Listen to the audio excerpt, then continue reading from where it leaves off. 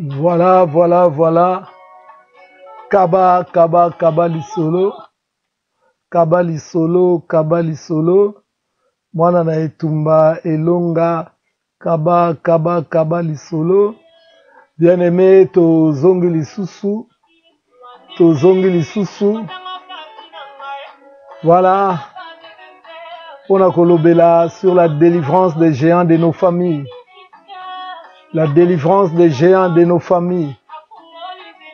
Lelo tokolobela bongo. Oyo eza bongo. Les armes de Goliath. Tant ozo bunda na géant. Yebake géant pe azalaka na ba arme na ye. Kaba, kaba, kaba lisolo. Kaba lisolo. Bien-aimé, tolingi tolobela bongo sur la délivrance des géants de nos familles. Yeba libota nyonso eza na bilombe nango. Bilombe oyo monguna atelemisa. Bilombe oyo baza konyokola biso. Bazo bundisa biso. Oyo baza ba émissaire ya diable. Pona ko appliquer ba décision ya satana. Kati ya bomoi na biso. Bien-aimé, esengeli tolongwa na se ya boumbu na bango. Yango wana sengi penza. Okaba lisolo, obengisa bandeko nyonso, bipai nyonso bazwami, partager vidéo. Alors bien aimé to bandi bongo ma te anabiso sur la délivrance des géants de nos familles. To expliquer que na famille nyonso ezana ba géant. Famille nyonso olingo lingate ezana ba géant. Ba géant baza ba gardien ya ba loi établie. Ba géant baza ba gardien oh Satan atina mabota na biso pona koyeba kokonza biso. Ce sont des chefs. Des chefs. Ba géant ba koza le belé. Na kopesa exemple à Goliath. Goliath azalaki na ba géant ebelé mais pardon. Goliath na famille na bango soko tangi Bible okomona ba géant bazalaki ebelé mais azalaki lokola mokonzi na bango. Bible ba frère na ye pe bazalaki ba géant. Mais lui il était le chef des géants. Donc ya on a linataliso bien aimé. Na famille bandoki bakoza lebele me bazana mukonzi na bango o azo konza bango o azo diriger bango mukonzi wande to bengi géant en chef, donc géant responsable yende to lingi bien aimé to bima na se ya bokonzi na ye to bima na maboko na ye po to yeba ko vivre oyo Nzambe alingi pe Nzambe abongisi po na tina na biso. Alors bien aimé na taliseki makambo oyo na sina lobeli yango mingi na lingi to zonga toujours marche arrière te. Parce que ça nous fait passer le temps. Nalingi toyeba ko progresser, toyeba ko kende liboso. Yango na bien aimé, nyako senga vraiment ozala penza na boyoki. Géant na famille yem ta ko décider mwana oyo to kopesa ye kindoki, mwana oyo to arosi sa classe te, mama oyo akubala te, mutu boya zaboye, baza na ba famille bien aimé. Yango monaka deux fois on les appelle, je ne dis pas tous les chefs de famille, mais des fois on les appelle les chefs de famille. Donc géant ya famille. Donc si lui ne donne pas l'aval, bien aimé, tu ne peux pas aller loin. Il faut les camions sala, il faut ça allégeance. Allégeance veut dire que ne ko gumba melaye. So bo gumba melaye te bien aimé nyos boko sala et ko zala voué à l'échec. Yango wana bien aimé biso toza soumis na loi ya Nzambe et non na loi ya mabota, na loi ya bandoki ya mabota na biso. Yango na lingi olanda matea o malamu puisque Nzamba lobi vous connaîtrez la vérité et la vérité vous affranchira. Je lis au nom de Jésus-Christ. 1 Samuel chapitre 17 verset 38 à 40. Alors, Saül fit mettre ses vêtements à David, il plaça sur sa tête un casque de reins et il les revêtit d'une cuirasse. David ceignit l'épée de Saül par-dessus ses habits et voulut marcher. Car il n'avait pas encore essayé, mais il dit à Saül, je ne puis pas marcher avec cette armure. Je n'y suis pas accoutumé et il s'en débarrassa. Il prit en main son bâton, choisit dans le torrent 5 pierres polies et les mit dans sa gibecière de berger et dans sa poche, puis sa fronde à la main, il s'avança contre les Philistins. Voilà, bien-aimé, Nzamba Pambola Bino Nyas Wokomi, référence, merci Bib Tumba, Nzamba Pambola Gisèle Lukombo Nzumba, Nzamba Pambola Bino Nyonso. Ah, bien-aimé, na texte oyo, touti komona nini, oyo eza makambo nateyaki déjà balobi bamikolo eleki donc nateyaki yango déjà mais nazosala rappel po toleka awa chapitre oyo nabengaki yango les armes de Saoul. Les armes de Saoul, bien aimé, Saoul azalaki na ba arme na ye, oyo amesani kobunda na yango. Saoul azalaki guerrier, boyebi Saoul azalaki guerrier. Saoul alonga bitumba ebele. Alonga ki penza bitumba ebele na vie na ye, alonga ki banguna ebele, mais Saoul akomaki na problème tangu elombe Goliath aye, Saoul akokaki sute. Donc ba arme oyo epesaka elonga, eyokaki soki kopesa ye elonga te. Donc Saoul a souka qui bien aimé aïbaki so eloko asalati. Alors tout le monde qui peut bandeko ya David comme Eliab o azalaki mwana liboso, to akipe na Abinadab, to akipe na Shama o bazalaki baleki na ye, bango pe basala école de guerre Bible lobiango, babunda basala académie militaire mais bakoki kolonga etumba wana te. Mais bien aimé etumba kangaki bango maele esukaki pona nini? Ah, nazo rappelé, makambo na lobaki déjà, et bah, souka qui bien aimé, puisque, bah, monana nous combat en dengoanate, bah, monana nous guerrier en dengoanate. Na ba vie na biso bien aimé, et ça na ba combat to gagner to longa. Mais ça na ba combat musu bien aimé nanu monate, pe mutazo bundisa yo nanu oyo monate. Na lingina biso même na vie bien aimé, et ça na bitumba musu ndoki principal, hein, géa ya famille, ye moka telemaka tatinika bandoki ya mike pe basukisi yo to longi bango mais eza na géant mususu alobi bon lokola longi bango siko nga moko na hotelema na kosukisa ye bien moko mona combat eza différent et kozala très différent puisque combat wana eza mené par chef ye moko ya bandoki nyonso donc ndenge moko David Goliath Saoul abunda ba combat alonga bitumba mais comment ki combat ya Goliath bien aimé elekelaki ye Saoul yemo akokaki te tomoni famille ya David ba Eliab ba Abinadab ba Shama ba kokaki te puisque ezali combat oyo elekelaki bango pe Bible etalisi biso ke Goliath l'air nyonso azali ko avancer pe bango bazozonga nsima oyo eza makambo na explikaki nalingi nazongela yango te puisque nalingi nalekisa temps ebele te eza deuxième prédication nautai déjà koteya mosusu alors bien aimé to koba nanu na ba vie na biso eza na bakomba mosusu bien aimé tokokaka yango te. Et pourtant tu es un guerrier obundaka po ya poto ezalaka bitumba mais obunda olonga yango mais okomi na poto po oganye ozwa mukanda bien aimé mukanda ekomeli yo komba moko ozokoka te baninga bakoma même na nationalité mais yo ozokoka même kutu une année ya pamba ozwa mukanda te bien aimé ekomela yo pasi. Donc, combat oyo gagnaka l'Afrique. Eza na géant libota no ya telema aloba ke ye malgré ke poto azo mukanda totala ye. Donc, ya on a ebisa kabino so mutalobino tokotala. Keba bien aimé, c'est très dangereux, c'est très dangereux, c'est un défi. Puisque un géant c'est quelqu'un qui lance des défis bien aimé. Géant azamuto atiaka ba défi liboso na biso, aroba tokotala, abota totala, ba pesele mbonga libala totala. Bana na yeba bonga totala bien aimé aza muto ya kata ka ligne liboso na biso lobi ye akotika la koleka ligne oyo te yango tozana ba problème na ba géant ba pasi na biso mingi eza bien aimé à cause des géants puisque même nzamba lobi na uta ko lobango tout à l'heure na Matthieu 10 34-36 alobi l'homme aura pour ennemi les gens de sa propre maison donc géant na yo liboso azaka ka mutu ya famille na yo azaka mutu ya famille na yo tala na kotalisa yo bien aimé avant to koma na tolobi leo les armes de Goliath na pesa nanu mwa préliminaire na pesa nanu mwa préliminaire na préliminaire na ngai bien aimé na kolobanini na olobanini bien aimé okomona David banani batelemela ye c'est yaki famille na ye telemela ye bien aimé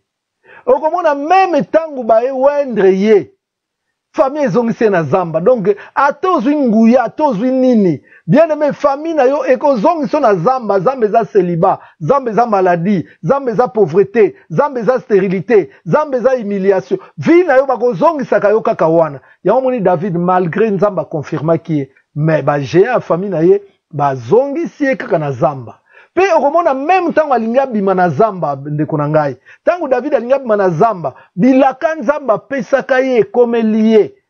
Nzamba lobaka na ye ke yo okorenye, okozala roi. Bilaka nelingo koksama ke, balobi ke yango moni David atunaki bien. Alobi muto akokwisa géant oyo, akozwa nini? Baebise akokota na palais. David abi voilà bilaka nzamba pesanga akokota na palais. Tango alinga kende, oyo atelemelaki géant kaka ya famille na ye, yaya na ye ya mobali Eliabe. Eliabe mwana liboso bien aimé ya Isaïe alobi yo zonga na zamba eza makambo na yo te. Géant même libale se présenter akoloba na yo zonga na zamba eza makambo na yo te. Géant même ba pesi monga libala akoloba yo ko bala te. Merci maman Aimé Mbuyamba Ilunga. Maman Lobi, bonsoir. C'est la première fois que je te suis et je suis intéressant ton message, ton enseignement. Merci maman. Ogo sepelaka maman vous la décide puisque je ne me vante pas, mais Dieu nous a fait la grâce de bien enseigner. Voilà. Alors bien aimé, malgré libale ye, mobali ya pesi mbongo liba kanga lupango, a pesi ni asali nyonso, mais bien aimé okomona kaka, j'ai lobi te yo, okoyi ko bala te zonga na zamba, neti David libale yaki, mais il y a son grand frère qui s'est interposé, pardon libala te mais royauté yaki, mais il y a na telemeli lobi non, yo lo nyo sala zonga na zamba. Bien aimé, ça c'est les géants qui nous fixent des limites, que tu peux pas aller loin, que yoko iko sale le côté, que yoko iko balate, que yoko iko kende liboso te, ba géant ba fixer ba limite. Bien aimé, même dans la vie courante, comme nous vivons là, soki muto aleki makasi, bien aimé ko yebiso yo, mukona komona na Château Rouge komona, bien aimé tu ne pourras jamais arriver à Château Rouge. Même ba bengisi mbongo mo comme ezate puisque yebi que géant zakuna, yango moni ba vina biso, nous sommes en train de souffrir à cause des géants. Souvent qui sont de nos familles. Yangona Nzamba lobi na Matthieu 10:36, l'homme aura pour ennemi les gens de sa propre maison. Alors, bien aimé, toi comment on est loko nini na texte otanga na 1 Samuel 17:38 à 40, et lobi boye, je répète encore les textes bien aimés, et lobi boye. Saoul fit mettre ses vêtements à David. Il plaça sur sa tête un casque de reins et les revêtit d'une cuirasse. David ceignit l'épée de Saoul par-dessus ses habits et voulut marcher car il n'avait pas encore essayé. Mais il dit à Saoul, je ne puis pas marcher avec cette armure et je ne suis pas accoutumé. Et il s'en débarrassa. Il prit en main son bâton, choisit dans le torrent 5 pierres polies et les mit dans sa gibecière de berger et dans sa poche. Puis sa fronde à la main, il s'avança contre les Philistins. Ah ouais, là on est nazotali sa bien-aimé, nalingi olandanga malamu mama. Na ete soko so partager vidéo oyo eza très important bandeko na yo balanda puisque ekosunga eza délivrance ya famille po géant azalaka pona mutu moko te géant na kati ya libota azalaka pona famille mobimba yango mona famille wana babalaka te famille wana bakendeke liboso te famille wana bazalaka ba maladif famille wana ezalaka na ba problème. Alors bien aimé awe eloko nalinga natali seza nini balobi bien Saoul fit mettre ses vêtements à David.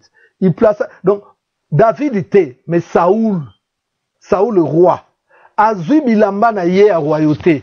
Bilamba, pas seulement bilamba ya royauté, mais bilamba na ye ya guerre. Bilamba oya bundela kanango bitumba.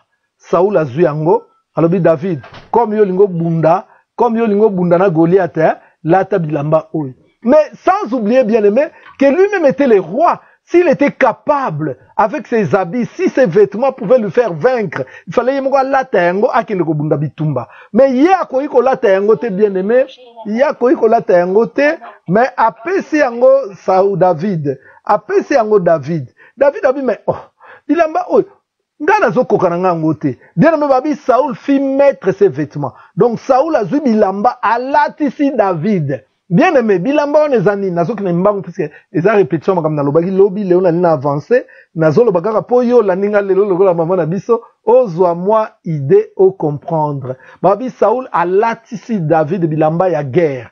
Mais ye moko mukolo bilamba akoyi kolonga bitumba wana na armure wana te na bilamba wana te. Mais yazu bilamba ngo alati mutu mususu. Bien aimé na bavi na biso na mabota na biso eza na ba parents, eza na ba koko, eza na ba ndeko, eza na makamba famille, eza na coutume, oh yango moko elonga célibataire, yango moko elonga pauvreté te, yango moko elonga maladie te, yango moko elonga eloko te, mais bazozwa yo balatisi yo yango. Balatisi yo balobi ke Saul nda latisi David. Bien aimé David asengaki te, nalingi na fungola yo eloko oyoka. David asengaki te latisanga bilamba oyo. Mais balatisi babi guerre bakendeke boye te. Pour kende na guerre, il faut olata bilamba oyo. Mais bango baza na bilamba wana, balonga guerre te. Yemoko Saul a déposé na bilamba yango. Tala David bien aimé Saul. Saul a déposé bilamba yango, a bomba yango, alata yango soute po. Amoni ke ezolongisa ete. Mais azui alatisi David. Peut-être comme on a même bayana na David bazalaki na kata guerre wana,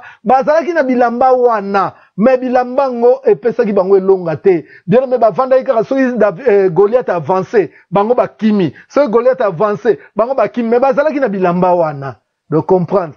Muto apesi elamba, yemo alata kango soute. Alata kango soute. Mais bien aimé soko tali vina ye ya solo bilamba wana pe elongisa ye ba guerre mususu. Yango eza na bandoki to ba kisi musu eza na ba famille na biso, elongisa pe famille na situation moko boye, elongisa mais eza na ba géant so ba telemi. Bien aimé ekolongisa soute. Ya moni David Saul atika kina ye bilamba wana. Mais dans l'entretemps ne bandeko na ye balataka bilamba wana. Bazalaki pe na guerre mais bazoko kolonga te. Bien aimé na famille na yo, ezana batu basalaka okombo ya tata pe ya mwana, Maria Losako Tondi Gracia, mokonzi azali na yo, abenisi oyo yambo ya basi nyonso, Sante Maria mama ya Nzambe, sambela pona biso basumuki, sikoyo pe otango ya liwa na biso. Mais elongisaka bango te, bazwa ba obenite, mais bien aimé obenite elongisa bango te, babunda ndenge nyonso, mais yango elongisaka bango te, mais baza na guerre. Que bakolonga biso te sans effet mais bazozonga sima tango Goliath azo avancer makambo eza bien ozaka ba révélation boye bien aimé eza na ba famille makambo tozoloba o bakende koloba toujours na cimetière bazokende koloba na cimetière eza ba arme bazokende koluka papa hein papa otika biso na pasi papa bando kende pesa biso makasi yo papa azalaki na ba arme wana malonga kite siko yoke ko senge arme ngo po yo bunda nango yango balobi ke bazwi arme Saul azwi arme na ye apesi David abike ne ko bunda nango Bible lobi ke David tango akei po bunda bien aimé atia pa boy avancer boy amoni ke azokende bien te David alobi te biloko ngai te mama longola biloko wana eloba mama li biloko angana tina uzuba isinga biloko angana zongisa bateni ya batu zongisa yango na David alobi te o eza teni na ngai te bozwa teni na bino bozwa bakisi na bino maloba boloba pona ngana anile makambo sailanga na longoli yango bozwa mukuwa na bino bosukolanga nango bozwa David alobi ba arme o bozopesa ngai na koka kolonga na yango te na koka te po tango Nzamba alongisaki ngai na zamba na simbaka babilamba oyo te tango Nzamba alongisaki nga contre ours na simbaka bilamba oyo te tango Nzamba alongisaki nga contre lion nazalaka na bilamba oyo te bilamba oyo botienga na moni nazokoka ko avancer te bo récupérer bilamba na bino oh mwana na etumba moko abanda kozongisa mama loba répéter sima na ngai papa loba répéter sima na ngai miko bachika tia kombo na yo na place na ngai nazo guider yo kaka na prière ndenge oyebi kosala prière oh loba na munoko na yo ngai miko bachika banda lelo na eko refuser ba arme nyonso oh libote pesa ngai basinga nyonso oh bokanga ngai na ekolongola yango mayaka nyonso oyo bolatisa ngai na ekolongola yango bambongo nyonso oyo botaka na mai po bosukola ngai na ekozongisa yango nguya nyonso oyo famille elatisa ngai po ete na affronter vie na ekozongisa yango tolema bien-aimé bondela banda kobondela mama place ozali nazoteya pe mbala moko zosambela banda kobondela zongisa ba arme nyonso o balatisa yo po affronter vie ba arme nyonso o balatisa yo po yozwa libala bazwaka singa balatisi yo singa wana bien-aimé oyebe pa eutaka te bazwaka mukuwa ya nina basukolaka yo mama po mibali nyonso balandaka yo nzoka nde singa wana to mukuwa wana ekomisaki yo kaka sirene yango lelo ozokoka kolonga te baoyo bazalaki na baarme balongaki te arme ya solo eza kaka yesu masiya zongisa zongisa zongisa zongisa arme nyonso oyo balatisaka yo david alobi oyo nga nakoka te oyo nakoavanse te oyo nakokende liboso te yango wana boyi baarme na bino ayebisi roi saul alobi zwa baarme na yo baarme oyo eza ya ngai te bien-aimé ndenge nazoloba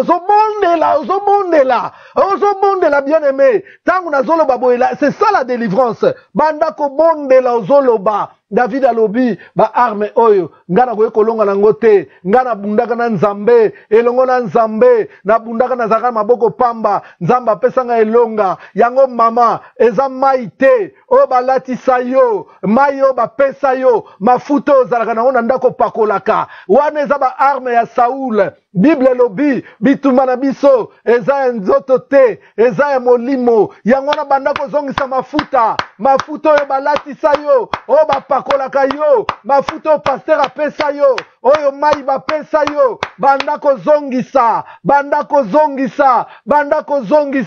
david alobi te nga nakoka na eloko oyo te eloko oyo ekoki kolongisa ngai te bien-aimé david aboyi yango banda lelo mama na ngai yango banda lelo papa na ngai baarme oyo bapesa yo oyo lokola olalaka pongi te soki omoni ndoto mabe omoni mari de noye zwa pakola mafuta me malgré opakolaka mafuta mama eloko esalamaka te otonda na milangi ya mafuta me milangi wana esalaka eloko te mama zongisela bango biloko na bango biloko angana zongisa yango mai bapesa obwakaka na ndaku me echange oyo eloko te mafuta bapesa otielaka mobali ntango ozolamba mobali mpe abwakisa yo kaka mama eza biloko angana david alobi te nga biloko nakoka na nga te mama biloko wana ekoka eloko te bible elobi ke nzambe asalaki makambo nyonso mai te mafuta te asalaki na liloba yango nalingi olanda ngai mama Gilen Manzongo Liwandi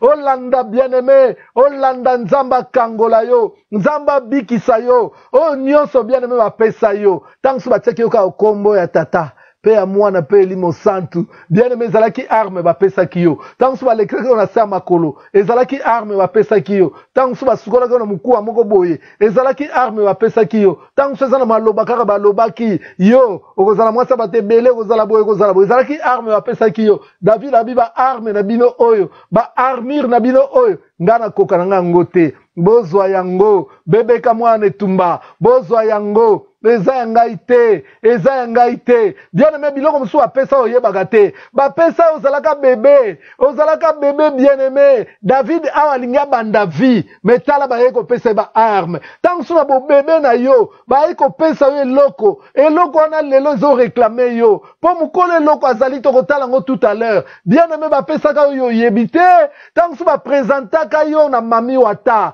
bamemaka yo na bore ya mai ntango so bamemaka yo na ndako ya nganga eza baarme bapesaki yo lelo bien-aimé baarme wana ezosala na vi na yo yango wana nzambe alingi nalobela yo mpo ete okomprendre tanke ozongisi baarme oyo te okende liboso te bible elobi david ameki avance amoniki azokoka koavance te amoniki azokende liboso te bien-aimé yo yaki na poto ozomona te ozokende liboso te avoya na poto basalaki nini mama avokende libala basalaki nini baseremoni ya kutimi wana basalaki kilikili cimetiere oyo bokendeki wana bien-aimé nini yango elekaki ezalaki baarme papa ndenge okei papa opesa biso kaka makasi papa obatelaka biso papa ye moko arme wana akoka te balia ye na leki na ye balia papa na papa leki ye moko papa akokaki te azwa arme wana apesa yo yango david abi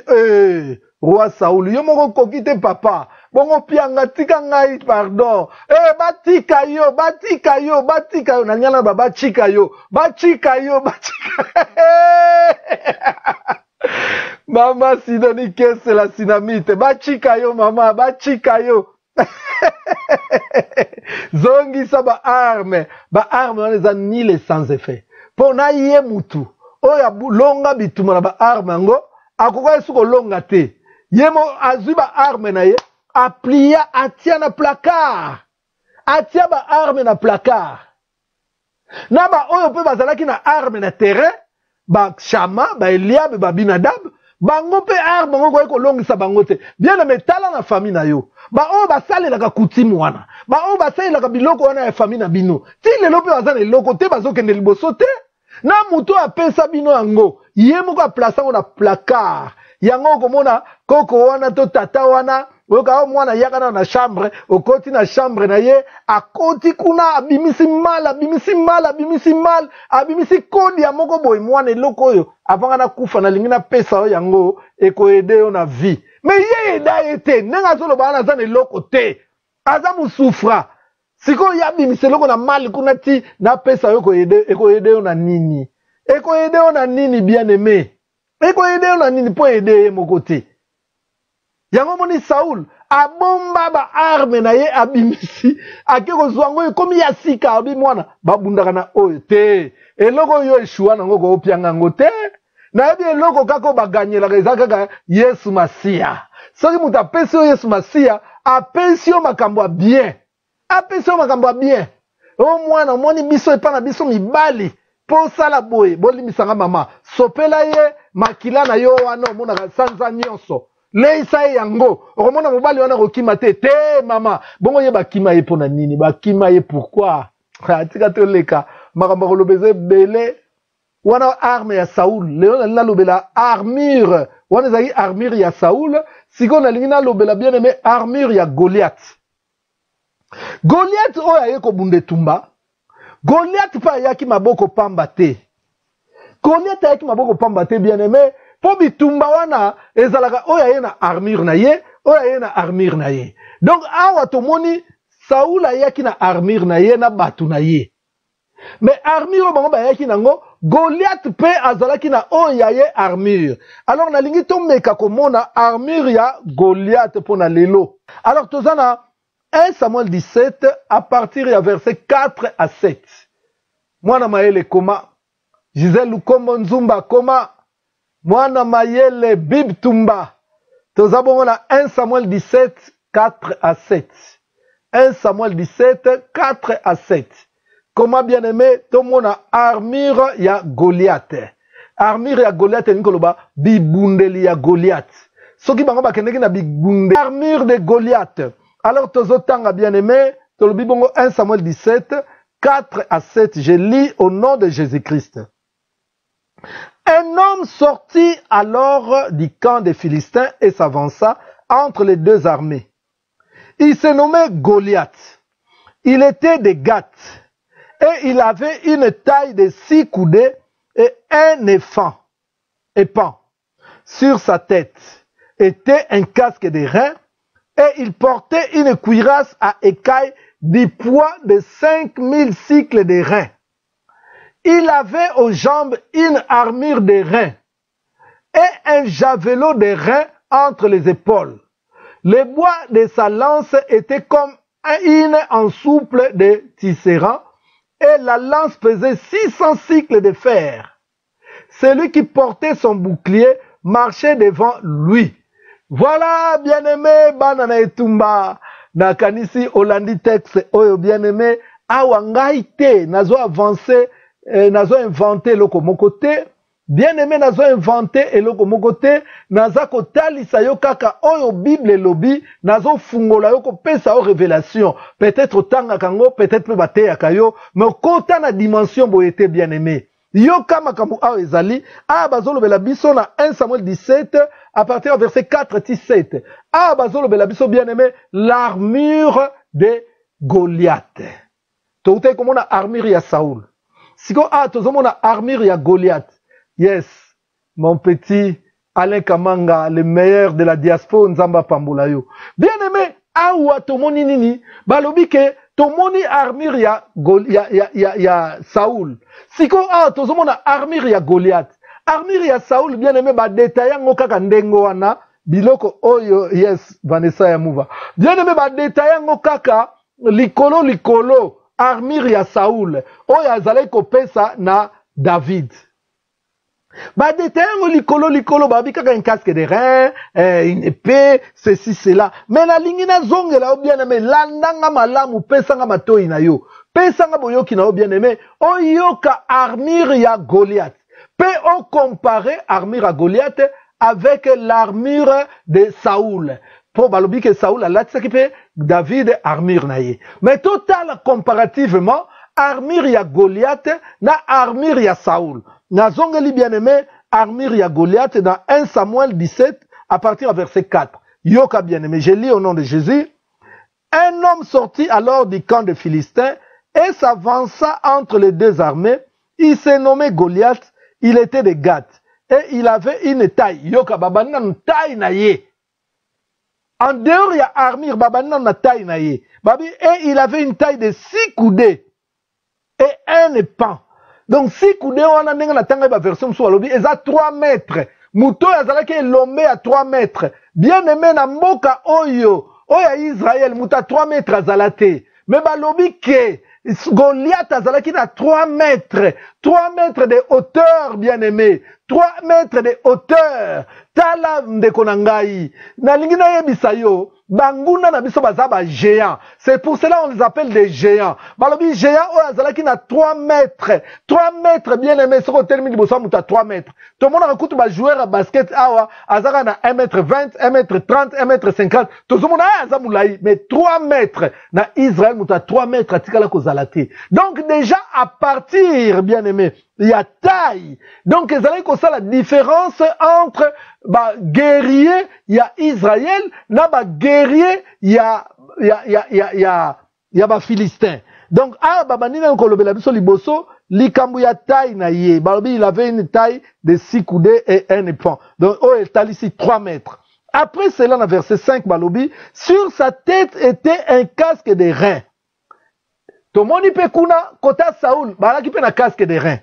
Balobi, et il portait une cuirasse à écaille du poids de 5000 cycles. Bien aimé, oya Dav Saoul, batangi poite. Mais oyo, soki batangi poite pour yalaki remarquable. Bien aimé, zalaki tellement remarquable, casque de reins na ye. Et là, casque munene, oya ta libanga po kota. Oya ta flèche po kota. Et zalaki passi. Pe babakisi balobi, il avait aux jambes une armure de reins et un javelot de reins entre les épaules. Donc, bazo continue qu'on citer ba arme ya Goliath.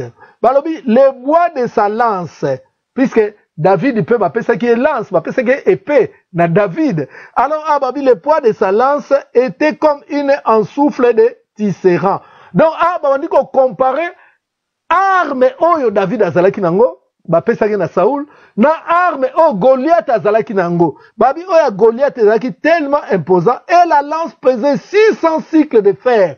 Batali si bien aimé, poids ya lance wana. Qu'est-ce qu'on comparait arme ya Goliath na arme ya Saoul? Rien à voir, il n'y a pas photo. Il n'y a pas photo. Babi et la lance pesait 600 cycles de fer. Babi, celui qui portait son bouclier marchait devant lui. Babi, oh, azalai ko memela ye bibundeli. Azalai ko tambola liboso na ye. Menzo kande. Et pas Saoul. Muta ko tambola liboso na yo te. Tambola yo moko. Mais Goliath azalaki donc to benga lokola bagarde du corps. Na yebso ndoki. Po aya ko bundisa yo. Bien aimé, azana na ba envoyer o ya ko tinda liboso. Yango babi, ah, Goliath azalaki même na bato ba kendeke liboso na ye. O bazo mema ndoki na ye. O bazo tambola kindoki. Bien aimé, batouana bazoza liboso pour batelema, bien aimé, pour makambu échanger. Ah, on a zotaliso les armes ou l'armure de Goliath. Bien aimé, nakota la comparativement tanga texte, tanga ba texte nyoso 1 Samuel 17 38 à 40 na 1 Samuel 17 4 à 7. Au moment on a bien aimé les deux armures, bien aimé, n'avaient pas de rapport. Armure ya Goliath et les kaki ya Saoul. Na lingi na yebiso bien aimé. Oh yo zwa na famille. Eza pamba. Mais o bandoki bazo bundisa yo. Bien aimé leki kilo. yango nazomona ozosala kombo ya tata ya mwana ya nani ezosimba te yango ozotia mai na porte ezosimba te yango ozozwa mai ya lourde ozosopa ezosimba te ozozwa mafuta po mongunu azobundisa yo ayebi makambo wana malamu ye asa mata niveau asi aleka degré oyo ozobundisa bien aimé ozosalela ekosimba te yango okomona David divinement averti il comprendra que avec cette armure je ne peux pas vaincre. Je voudrais dire à quelqu'un, tu ne peux pas vaincre les diables avec ses propres armes. Les armes avec lesquelles que tu es en train de combattre, ce sont les armes de l'ennemi. Mafuta ba pesayo, mayo ba pesayo, malasi ba pesayo, mouchoir ba pesayo, ezaba armes ennemies. Paul Azoloba, nous ne combattons pas contre la chair et le sang, mais nous combattons contre les esprits, contre les dominations, contre les autorités, contre les esprits méchants. Bien-aimés, ces armes-là, c'est la parole de Dieu. Yango comme on a David, pour que nous obunsa Goliath, la Bible dit, il s'est débarrassé de ces armes-là. Après, bien-aimé, qu'on s'est débarrassé de ces armes-là, et là, on y a salaki, babi akene kozwa bâton. Bâton, c'est l'image du pouvoir. Yango moni Moïse a konzaki na bâton. Bâton, c'est l'image du pouvoir. Le pouvoir, bien-aimé, c'est la parole de Dieu. C'est la parole de Dieu, bien-aimé. Maïté, mafutate, mouchoir te, lokote, bamsou akoma même côté photo à pasteur nanda kupo pasteur abatela ye. Soki yeso batel te nana ko batela yo. Ko bunda na ba arme wana te. Batu ba bunda na ngo ba longa te. Famille na yo longa te, maman longa te, papa longa te. Même pasteur na yo longa te. Bien-aimé, Bible lobby, Kenzambe, il a dépouillé les dominations, il a dépouillé les autorités, il les a dépouillés. Comment il les a dépouillés? Bien-aimé, bazwaki Moïse, ba pesaki ba arme. Moïse azalaki na ba arme azalaki ba nzete. O bazalaki ko konzana yango, ba nzete bazalaki ko salela, nzete o bazalaki ko salela en Égypte. Yango ba pesaki Moïse. Mais Moïse tango aye pa Nzambe. Nzamba talise ke Moïse na nzete oyo. Okoki kolonga te na nzete oyo Moïse okoki kokende liboso te soko lingi olonga Moïse ezwa nzete bwaka na mabele Moïse azwi nzete wana abwaki na mabele. Alors la parole de Dieu commença à s'accomplir. Il a dépouillé les dominations, les autorités, les principautés, les esprits méchants. Oh bien-aimé, Moïse bien-aimé akamwe na nzete na ye ezalaki na milimo mabe, ezalaki na ba principauté, ezalaki na nyonso na ba esprits méchants. Moïse bien-aimé abandiko kima na yebisa yo ndeko na ngai miko bachika na yo pe lokola mama Cécile Mbiemo, na yo lokola Philippe Nanga, na yo lokola bien-aimé tokoma ko kima lelo biloko tomona ke ezali ko pesa biso pouvoir, tokoma ko kima ngo, tokoma ko kima coutume, tokoma ko kima kindoki, tokoma ko kima ba pratique. Moïse pa kima bien nzoka ezalaka boye tango azwi révélation bandi ko kima nzoka nde nzeto nazala ngo o nga na mona ki pouvoir o ezalaki ko sala ke na konza nzoka nde ezalaka boye. Yango lelo bien-aimé Nzamba afungoli yo misu na nzela moumbu na yo frère na yo miko bachika le guerrier mobundi molongi obandiko kima okimi kindoki okimi maya lourde okimi mafuta okimi mouchoir okimi malasi okimi biloko nyonso wana Moïse ba kimaki. Tango Nzamba depuis yango Nzamba lobi sikoyo, voici Moïse, maintenant reprends ton bâton. Yango tozomona David a quelque récupérer bâton. Pour Bible lobi que David avant que ne ko bunda bitumba biloko nyonso azalaki nango babotolaki yango batikaki yango na magasin. David tanga moni clair te habité azongi na magasin ke récupérer biloko na ye yango wana lelo na mamali to récupérer biloko na biso oh ba bomba na magasin. Bien-aimé balobi que Moïse David a ke récupérer nzete na ye. Pour David azalaka na nzete utaka epa ya Nzambe yango David a ke récupérer nzete na ye yango moni Bible ekoloba Bible lobi il leur a donné le pouvoir de marcher sur les serpents, sur les scorpions et sur toute la puissance de l'ennemi. Bien-aimé, serpent c'est un géant, scorpion c'est un géant, l'ennemi c'est un géant, mais pour Bunda il faut récupérer pouvoir. Les bâtons symbolisent le pouvoir. Yango moni bien-aimé Mobutu a commis maréchal, azui bâton. Ma chef coutumier azali na bâton. Donc bâton ils ont ali sa pouvoir. Y'a Moïse à comprendre. Alors bien, nzamba lobi na sikoyo, na sina dépouiller nzete wana ezalaki ya mabe. Sikoyo zozwa nzete bien les récupère le bâton. Y'a Moïse a kende ko récupérer bâton. Comment on appelle David? A kende ki pe ko récupérer bâton na ye. Bâton on a bien aimé pas kende ko bunda na Goliath. A kende ki na bâton. Le bâton symbolise Jésus-Christ qui dit moi les bois verts. Nganzete ya mobesu. Bâton zanzete.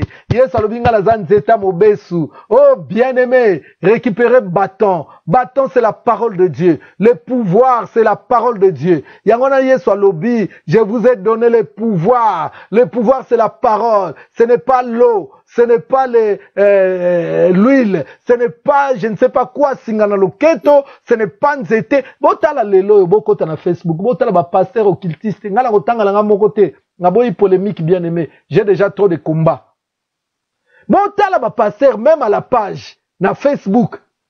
Oh baza ya bien te, bokomona monga bazaka na nzete moko boy. Bazaka na nzete, nzete wana nzamba pesa bango. Moïse azalaki na nzete directement. Mais c'est devenu le tour de Josué. Nzamba zui sou nzete physique, mais après c'est une nzete spirituelle. C'est pour ça que le Seigneur dira à Josué que ce livre de la loi ne s'éloigne point de ta bouche. Donc la parole, puisque nzete za Yesu, Yesu c'est la parole. Nzamba lobi sikoyo ke liloba oyo. Esi la tena munoko na yo. Liloba esi la tena munoko na yo. Polonga. Et que tout lieu que foulera la plante de tes pieds, moi, Dieu, je te les donne avec ce bâton qui est la parole de Dieu.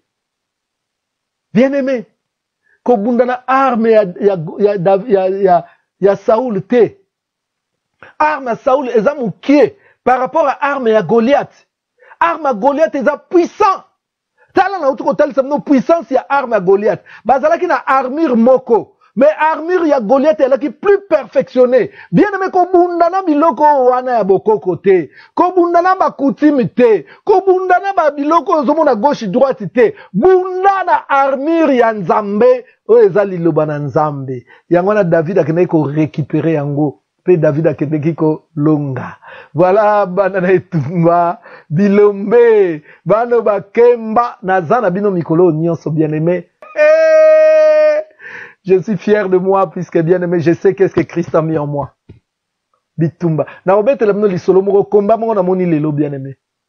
Na robete la mno komba moko na moni lelo mais na robete en sima. T'as la vie na yo. Kobunda na arme famille te. Famille etika na ngo longa te. Famille longa te bien aimé. Depuis famille na bino ezala famille. Ti lelo oy. Eloko moko esalama te.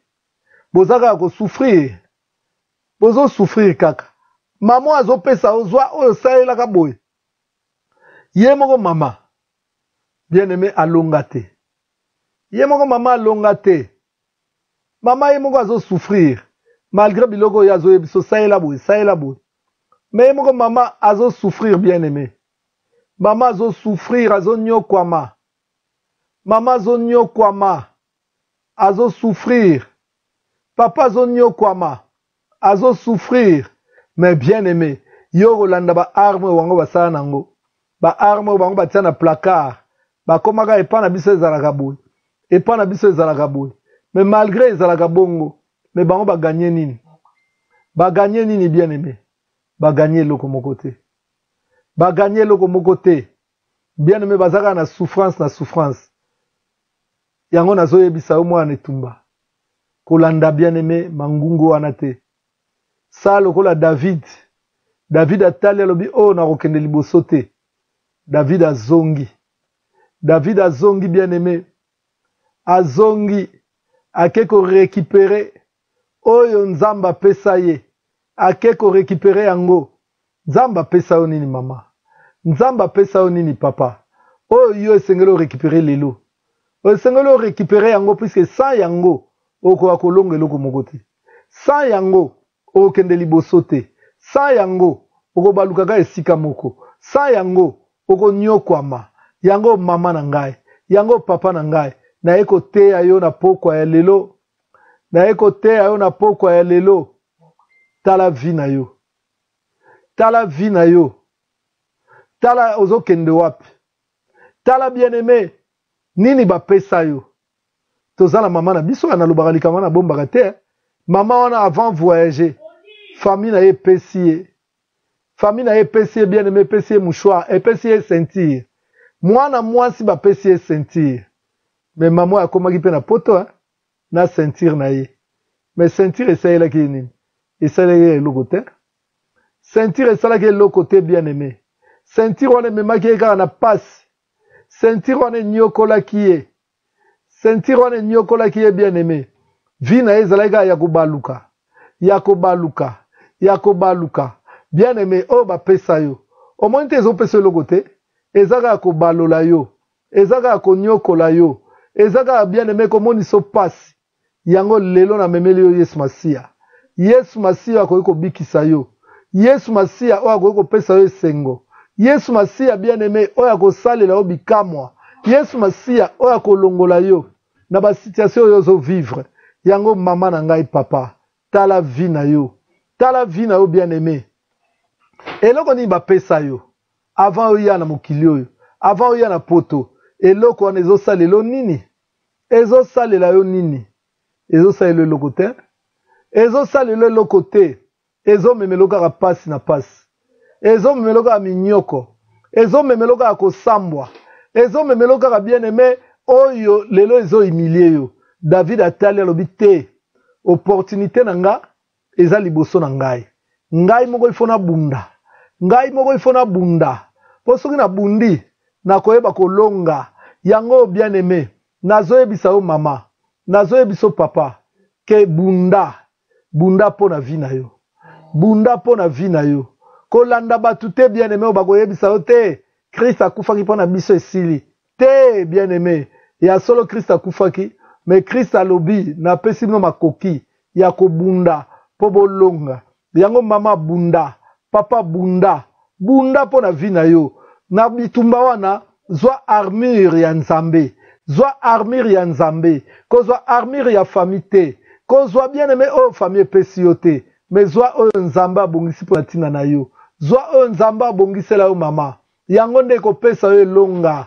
Yango nde kolongisa yo. Ekolongisa yo bien-aimé. Na o nyonso za nango lokola bitumba. Yango nazo benga bino bien-aimé. Ko banda dimanche. Tozo kende na sort de la maison de ton père. Et ça jeûne et prière il y a 21 jours. Kozanga te bien-aimé. Même mon kilelobi, la vie est un combat. Bunda bien-aimé. Bunda. Balatisa yo nini. Maloba nini baloba po na yo. Na famille na yo. Makam nini baloba. Baloba nini bien-aimé. Baloba ou baloba. Epesa ko eloko te.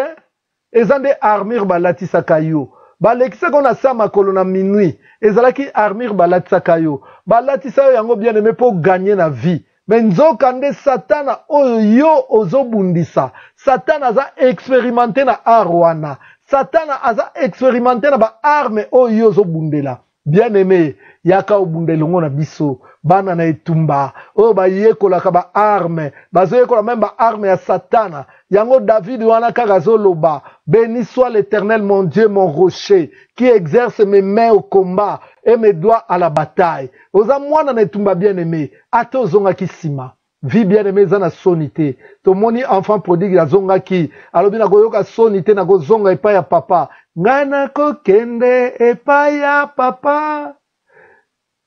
Ngana kondi mama be nanga. Ngana koloba na ye papa. Limbisa mabe nanga. Ngana koloba na ye lisusu. Ngai moko na kokite. Bien-aimé, yo moko kokite. Zwa le bois vert. Le bois vert c'est Jésus-Christ. Yango David alobaki te. Nazo récupérer nzete. Nzete elongisa ngai contre ours. Nzete elongisa ngai contre lion. Nazo récupérer yango. Nazo récupérer yango. Yango nde na kobunda na yango. Yango nde na kobunda yango. Okay wapi mwana na nzambe. Okomiti na binzambi nzambi. Binzambi nzambe za arme ya nzambe te. Binzambi nzambe za arme ya nzambe te. Récupérer bâton. récupérer bâton wana ekopesa yo elonga, mai te, mafuta te, mouchoir te, kaka liloba na Nzambe yango ekopesa elonga bien aimé. Voilà o nazalaki nango akoyebisa yo mwana etumba